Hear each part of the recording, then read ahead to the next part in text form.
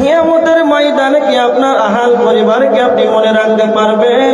যেই দিন কিয়ামতের দিন হযরত আয়েশা আমি একাকী থাকবো, সেই দিন কি হাসরের ময়দানে কি আপনি আমাকে পরিচয় রাখতে পারবেন? আল্লাহর নবী বলেছিলেন আয়েশাকে, আয়েশা তুমি শুনে রেখে দাও, আল্লাহ নবী বললেন আম্মা ফি সালাসাতি মাওয়াতিনা ফালা ইয়াযকুরু আহাদুন আহাদা। আয়েশা রে, কিয়ামতের তিনটি এমন বিভীষিকাময় দৃশ্য হবে, তিনটি এমন বিভীষিকাময় দৃশ্য হবে রে, তিন জায়গাতে কেউ কাউকে মনে রাখতে পারবে না। এক নাম্বার হলো আল্লাহ যেদিন বলবেন তোমাদের আমল নামা নিয়ে যাও, কে ডান হাতে পাবে, কেউ বাম হাতে পাবে, কে ডান হাতে পাবে, কে বাম হাতে পাবে, এই নিয়ে চিন্তা ভাবনায় কেউ কাউকে মনে রাখতে পারবে না। যেদিন আমার আল্লাহ মিজানের পাল্লাতে সেদিন নাকি বুদ্ধি ওজন করা হবে, কাঁটা কম হবে, কাঁটা বেশি হবে, এই নিয়ে কেউ কাউকে মনে রাখতে পারবে না। নাম্বার 3, আল্লাহ বলবেন জান্নাতে যাবে, জাহান্নামের উপর দিয়ে পুলসেরা রাখা হবে, তার উপর দিয়ে তোমরা জান্নাতে চলে যাও। এই পুলসেরা এমন কঠিন দৃশ্য হবে রে, কে পার হতে পারবে, কে পারবে না, এই দিয়ে সেই দিয়ে চিন্তাতে কেউ কাউকে মনে রাখতে পারবে না। এমন টেনশন হবে রে আয়েশা, সেই দিন আমি তোমাকে আমার নিজের স্ত্রী হিসাবে সেই দিন আমি চিনতে পারবো না। কেউ কারো কিয়ামতের ময়দানে কেউ কাউকে পরিচয় দেবে না। এরই নাম হলো কিয়ামতের ময়দান, এরই নাম হলো কিয়ামতের ময়দান। আজকে সাধারণ আমরা মানুষ শুধু খাই দাই, ইবাদত বলে আমাদের কোনো টেনশন নাই। কিয়ামত হবে, আল্লাহর বিচারের কাঠগড়ায় উঠতে হবে, হিসাবের সম্মুখীন হতে হবে, এই বলে আমাদের কোনো টেনশনই নাই, ভাবি না, চিন্তা ভাবনা করি না। যদি কাল আমাদের কিয়ামতের দিন মাথায় থাকতো যে আল্লাহ আমাদেরকে উঠাবেন, বিচার নেবেন, আল্লাহর সম্মুখে আমাদেরকে দাঁড় হতে হবে, আমলনামা দিবেন ডান হাতে বাম হাতে, বিশ্বাস যদি থাকতো তাহলে আজকে আমাদের এই অবস্থা হতো না যে জালসার মাহফিলে এইরকম অবস্থা, মেলাতে যার লোক আটে না। যাই হোক, আপনাদের মাদ্রাসার উন্নতি কল্পে জালসা, এটা উন্নতি কল্প, অবনতি কল্প নয়। আপনাদেরকে আমি শেষবারের মতো আপনাদের সম্মুখে 30 জন ব্যক্তি কে আছেন 1000 টাকা করে দিয়ে পুরা করবেন। আল্লাহর গোলাম কে আছেন মাদ্রাসার জন্য? পিছন দিক থেকে যারা দাঁড়িয়ে আছেন, পিছনে বসে আছেন, সামনে কে আছেন আল্লাহর গোলাম? 30 জন ব্যক্তি 1000 টাকা করে দেন, পুরা করেন। যদি 1000 করে দিয়ে পুরা করেন 30 জন, তাহলে আপনাদের সম্মুখে প্রধান বক্তা চলে আসবে। কে আছেন আল্লাহর গোলাম? পৃথিবীর বুকে সম্পদ, ধন সম্পদ, মাল, এগুলো এতই যতই হবে মানুষের পেট ভরবে না।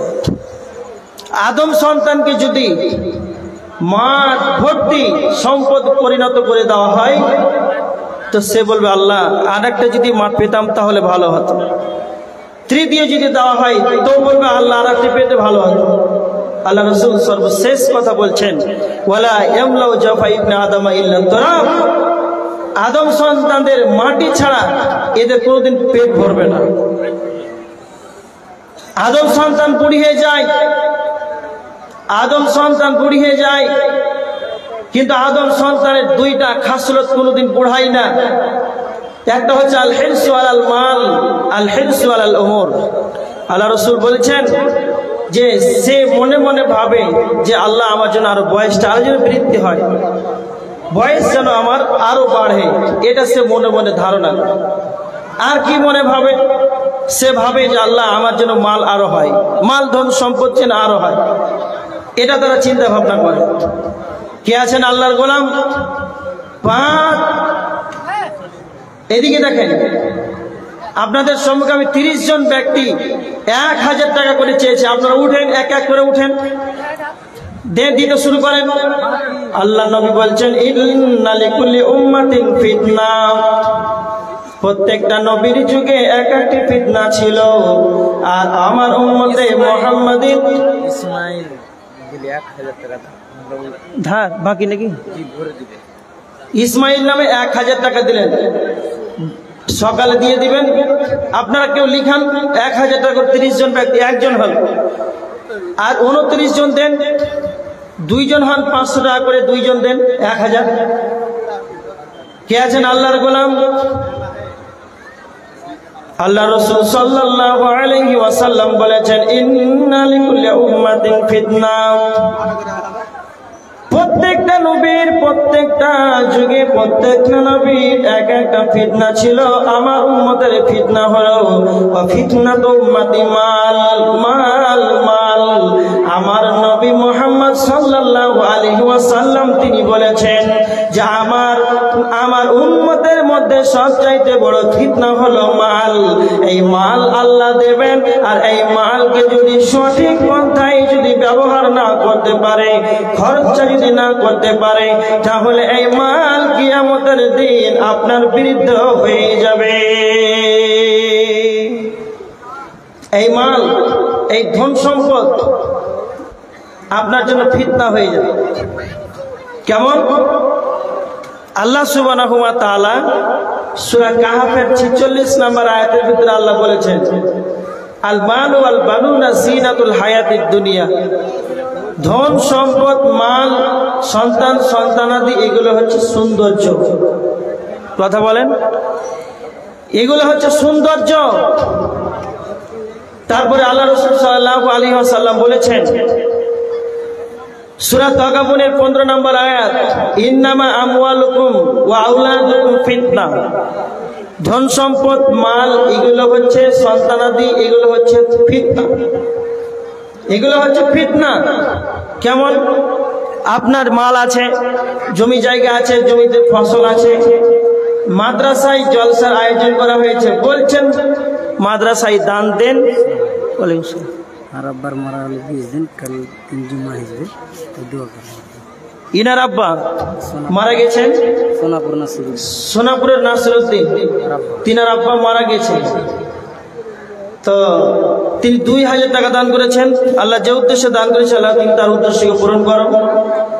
তার বাপের নামে দান করেছে। আল্লাহ কবরে কি জায়গায় কি অবস্থায় আছে আল্লাহ আপনি ভালো জানেন। কবরবাসী হয়ে আছেন, আল্লাহ সেই কবরটাকে জান্নাতের বাগান বানিয়ে দেন। আল্লাহুম্মা সাল্লি আলাইহি, আল্লাহুম্মা বারিক আলাইহি, আল্লাহুম্মা আহলিকা ওয়া মালিকা। আল্লাহ তুমি তার আহল পরিবার বরকত দাও, তার মালে বরকত দাও। আল্লাহর নবী মুহাম্মদ সাল্লাল্লাহু আলাইহি ওয়াসাল্লাম বলেছেন, মুসলিম শরীফের হাদিস 7310 নম্বর হাদিস, আল্লাহ রাসূল বলেছেন, ইয়াকুল ইবনে আদম মাল। তোমরা মনে মনে ভাবো রিজওয়ান খাত্তাহাট 1000, রিজওয়ান 1000 নাকি? জি, রিজওয়ান খাত্তাহাট, এই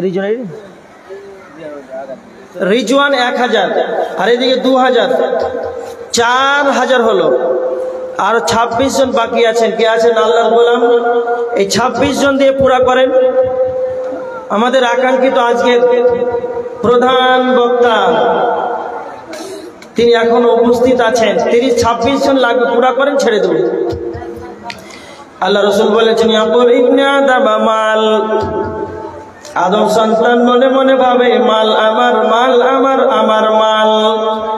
তো নবীজি বলছেন, তোমরা কি তা জানো তোমার মাল কোনটি?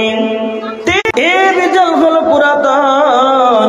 কাপড়টা তুমি পরিধান করেছো, কাপড়টা তুমি পরিধান করেছো বলে পুরাতন হয়ে গিয়েছে। এই পোশাকে তোমার কেউ ভাগ নেবে না। আজকে জলসা হচ্ছে, মাদ্রাসা প্রাঙ্গণে জলসা হচ্ছে, মাদ্রাসার জলসার জন্য 1000 টাকা দান দিয়ে দেবে। এই দানটা দারুল জাযা কিয়ামতের ময়দানে যেদিন বদলা পাবে। মাশাআল্লাহ, জি নাসিম আক্তার 1000 টাকা, মাশাআল্লাহ। আল্লাহুম্মা সাল্লি আলাইহি, আল্লাহুম্মা বারিক আলাইহি, আল্লাহুম্মা আহলিকা ওয়া মালিকা। আল্লাহ যে উদ্দেশ্যে দান করছে, আল্লাহ তুমি তার উদ্দেশ্যকে পূরণ করে নাও, তার আহল পরিবারে বরকত দাও, তার মালে বরকত দাও। 6 জন হয়ে গেল, আর মাত্র 24 জন। কে আছে? আল্লাহর গোলাম। 24 জন দিয়ে পুরা করেন। আমাদের আকাঙ্ক্ষিত প্রধান বক্তা চলে আসবে, আবু কালাম চতুর্বেদী সাহেব, যিনার জন্য আপনারা অপেক্ষামান হয়ে আছে। কে আছেন? আল্লাহ। 24 জন। 500 করে দিয়ে হলো আপনারা একজনে 1000 টাকা, 500 টাকা করে আপনারা দিলে পুরা করেন। কে আছেন? কেউ নাই? 500 টাকা করে দিতে পারবেন না? এদিকে 500 করে দেন। 24 জন মোট বাকি আছে।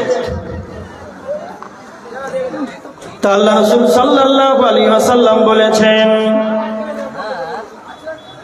দারুল জাযা, কিয়ামতের দিন যেদিন বদলা আমার আল্লাহ দেবেন, সেই দিন আপনি এই মাদ্রাসাতে 1000 টাকা দান দিলেন, এটা আপনার মাল। এই মাল থেকে আপনার স্ত্রী সন্তানাদি কেউ ভাগ নেবে না, কেউ কারো আমল নিতে পারবে না, একটা নেকি কেউ যেন কাউকে দেবে না, কেউ কাউকে পরিচয় তো দেবে না, তো আমল কেমন করে দেবে? তো নবীজি বলছেন, তোমরা দান দিয়ে দেবে, তোমরা ভেবে নাও এটা হলো তোমার মাল। আল্লাহর নবী সাহাবীদেরকে বলছেন, আমার সাহাবীরা, তোমরা কি এমন কেউ আছো নিজের মাল থেকে তোমরা ওয়ারিসদের মালকে বেশি ভালোবাসো?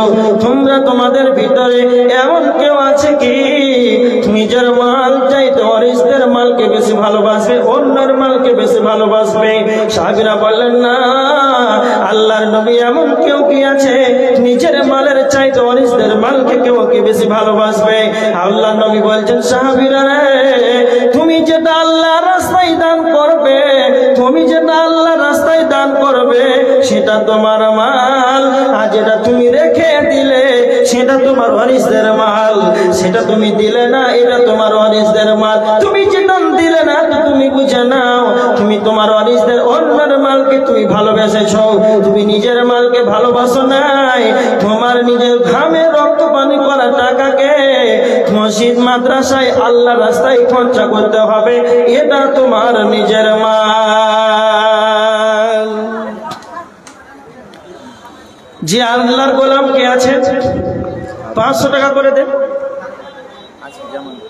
যে কেউ নাই এরকম 500 টাকা করে দাঁড়ান।